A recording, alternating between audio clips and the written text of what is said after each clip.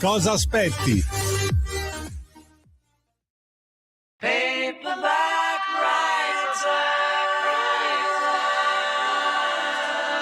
Va ora in onda Alta Tiratura con Alessandro Gnocchi.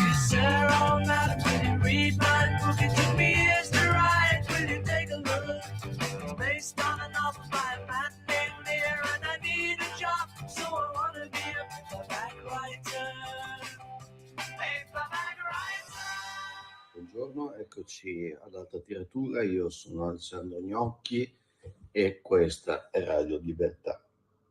Vi vorrei parlare di due libri che sono appena usciti, uno da pochi giorni e un altro invece da qualche settimana, 2 o 3 settimane. Partirei da quest'ultimo, si intitola Lampi sul Leni, il piano per eliminare Enrico Mattei, del magistrato Vincenzo Calia, in collaborazione con il giornalista Giuseppe Oddo. Vincenzo Calia è il giudice di Pavia che ha riaperto le indagini su Mattei dopo all'inizio degli anni 90. È un libro molto, molto interessante. Diciamo che non ci sono praticamente dubbi sul fatto che l'aereo sul quale viaggiava Mattei, che era un aereo della SNAM, che è una collegata dell'ENI, fu sabotato. Aveva una bomba di tritolo collegata all'apertura dei carrelli e quindi nel momento in cui l'aereo è arrivato nei pressi di Linate, il pilota, che era un abilissimo pilota, ha aperto il carrello, c'è stata questa esplosione di tritolo sufficiente per uccidere tutti i viaggiatori, ma non per far cadere direttamente l'aereo, e c'è un perché che dopo vedremo. L'aereo appunto non cade immediatamente, ma gira verso Trezzo sull'Adda, quindi va verso oriente, poi torna indietro e alla fine precipita a Bascapè, in provincia di Pavia, in quell'angolo della provincia di Pavia che si avvicina moltissimo a Milano.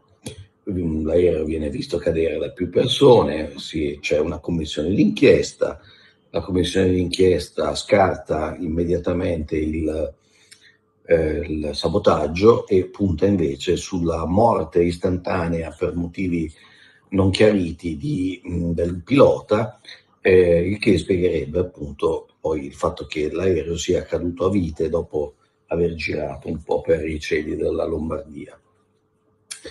In realtà appunto questa versione non è credibile e ci furono dei depistaggi molto evidenti provati dalla commissione, provati dal giudice Calia e qua riassunti in maniera direi inequivocabile, e quindi appunto fu un assassinio, un omicidio perpetrato da chi? Questo non lo sappiamo, non lo possiamo dire.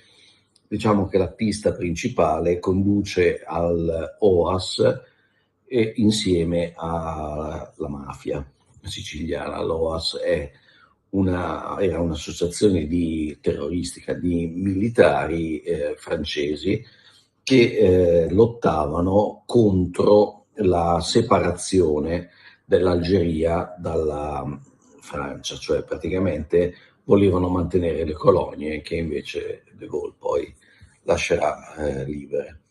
Perché una bomba di tritolo che uccide il pilota e probabilmente anche subito il Mattei, e non una bomba che fa esplodere direttamente l'aereo?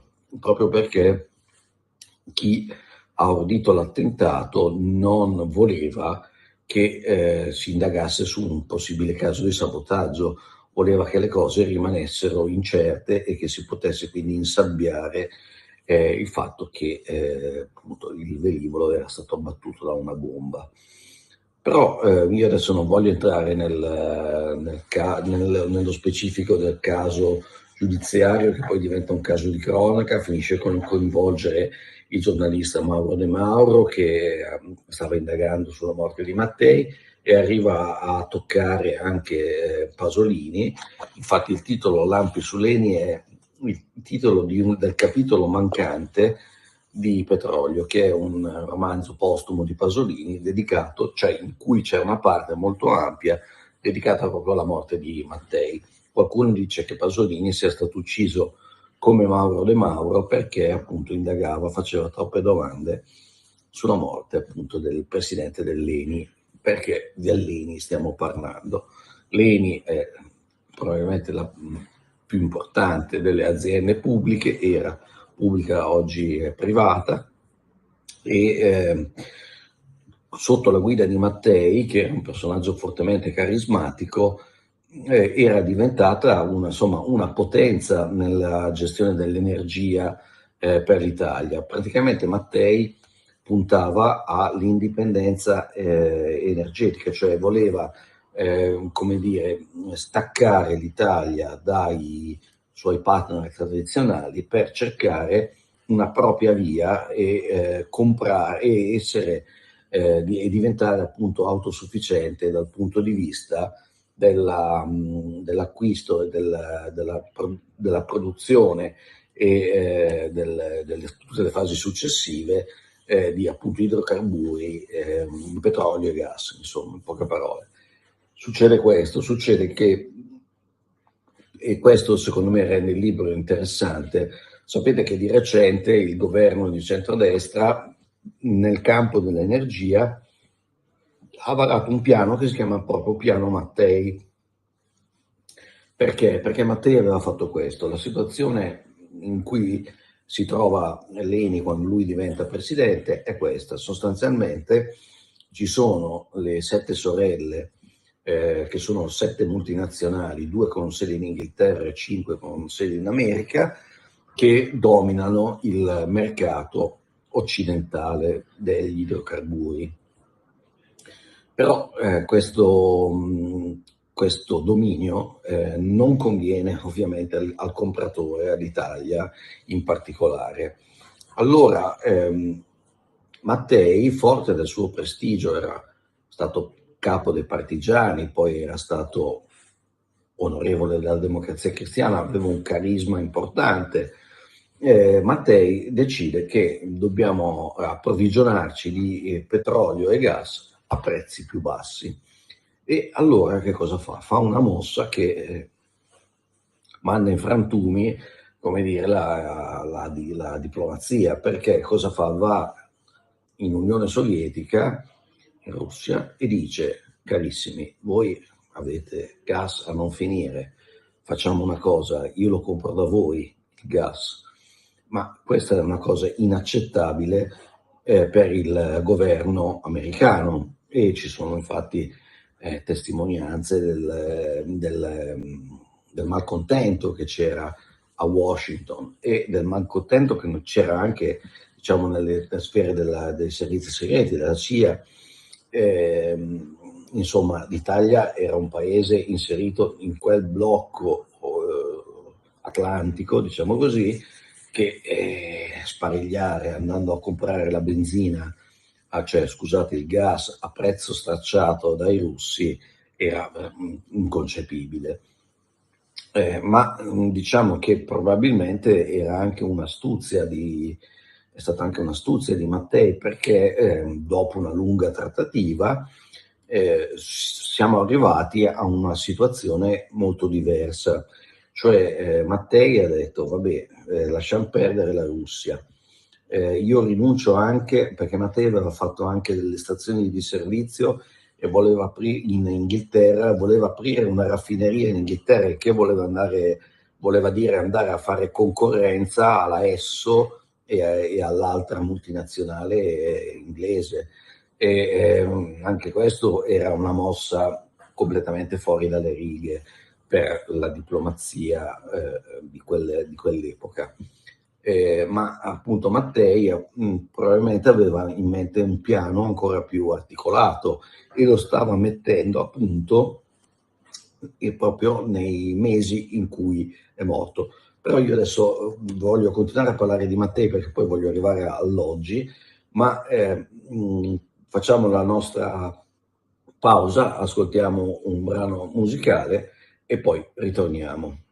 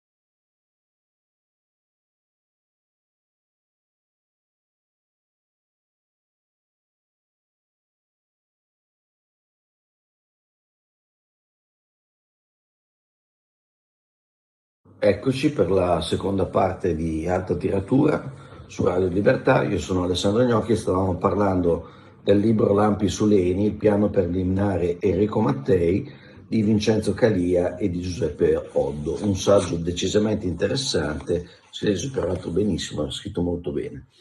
È voluminoso ma va giù bene, sono 350 pagine circa.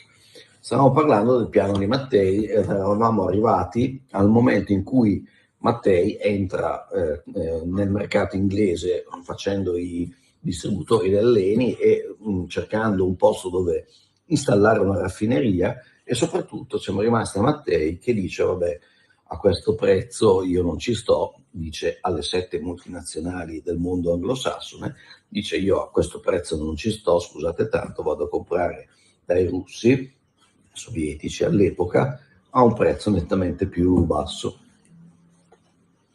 casino bestiale, perché ovviamente per Washington è inconcepibile che un alleato vada a comprare il gas dal principale nemico della guerra fredda, ma Mattei qui tira fuori un coniglio dal cilindro che probabilmente era già la sua idea di partenza, ovvero dice agli americani: carissimi,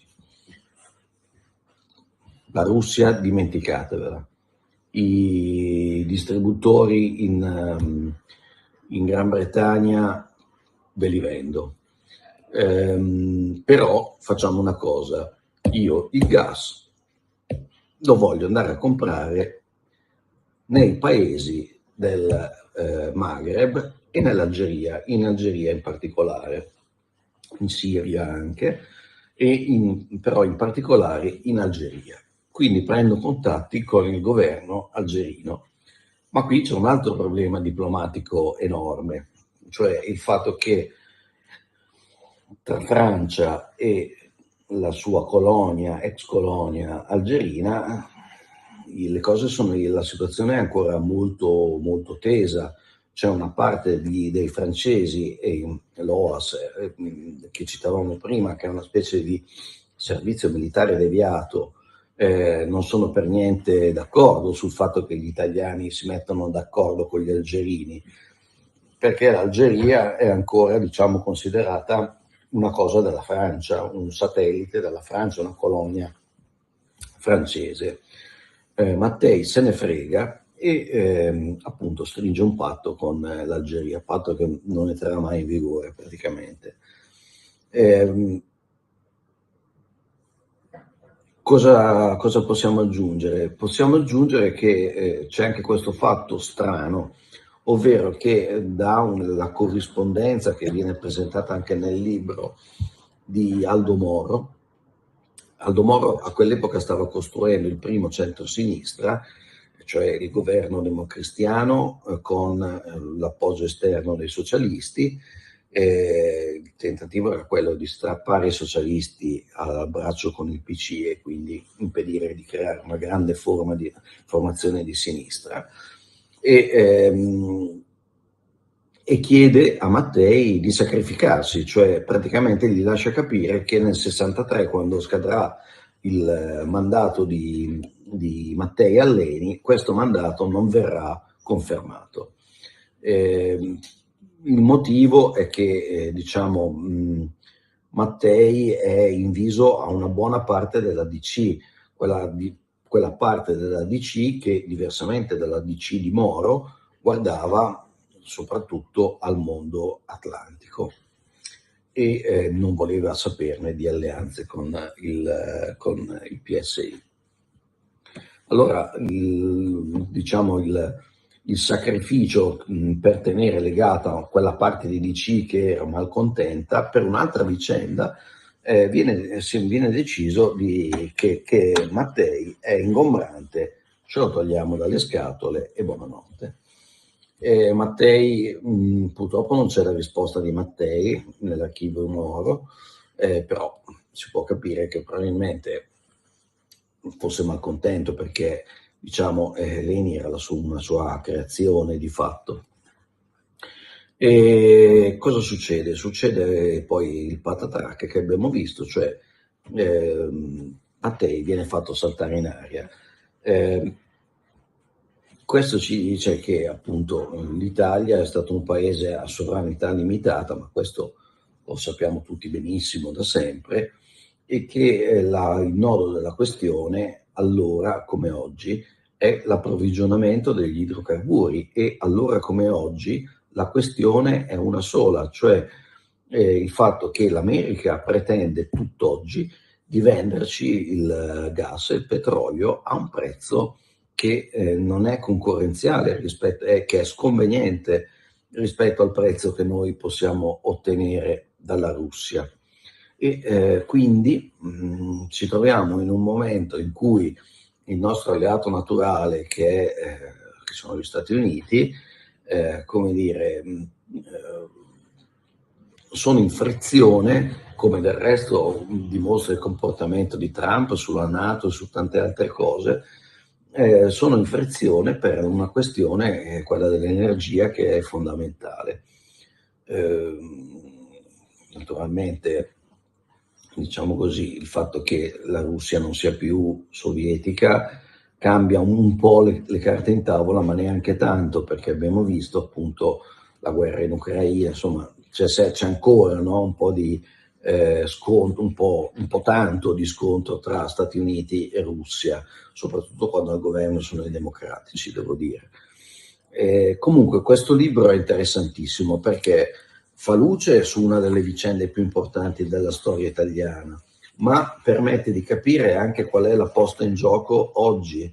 È esattamente quella che era esattamente la posta in gioco dei tempi di Mattei. Non è cambiato praticamente nulla, va capito e va studiato. Questo libro, secondo me, è molto interessante. Sì, per la vicenda giudiziaria, il mistero, tutto quello che volete. È interessante soprattutto perché ci fa vedere che le cose non sono tanto cambiate e che i problemi che l'Italia affrontava allora li affronta ancora oggi. Adesso però vorrei consigliarvi una lettura più leggera, decisamente, sono gli esercizi di memoria di Jean Cao, che è stato prima il segretario di Sartre e poi dopo si è staccato, diciamo, dalla figura del maestro, anche politicamente ha un po' cambiato parte, no? Andato da sinistra a destra più o meno.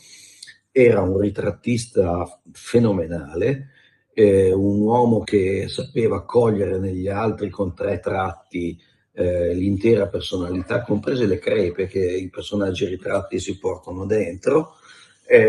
L'arte del ritratto oggi è decaduta perché siamo o nel campo della piaggeria, cioè quanto è bravo, quanto è bello, quanto è buono, o nel campo altrettanto squallido, che è quella invece della vendetta personale, cioè ti massacro, ti demolisco, perché non mi sei simpatico, perché non mi hai dato quella cosa, perché di qua, insomma, sono 2 modi diversi di rovinare quello che invece è un genere giornalistico di grande fascino.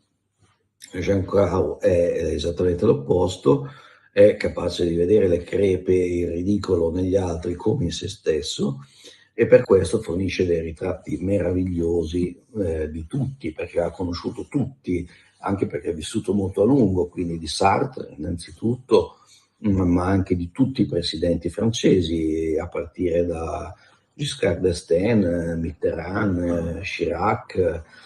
Poi ci sono tanti scrittori, William Faulkner, Gastone Gallimard, il grande editore, Camus, Faulkner, cioè veramente ne viene fuori un Cocteau, Boris Vian, c'è tutto quello che è successo in Francia nel secondo Novecento. È un libro di grande fascino, molto bello da leggere, sono dei capitoletti molto brevi, molto ficcanti, molto capaci di cogliere l'essenza della persona che Caro sta incontrando.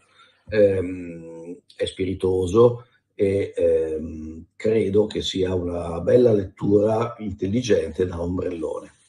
Ciao.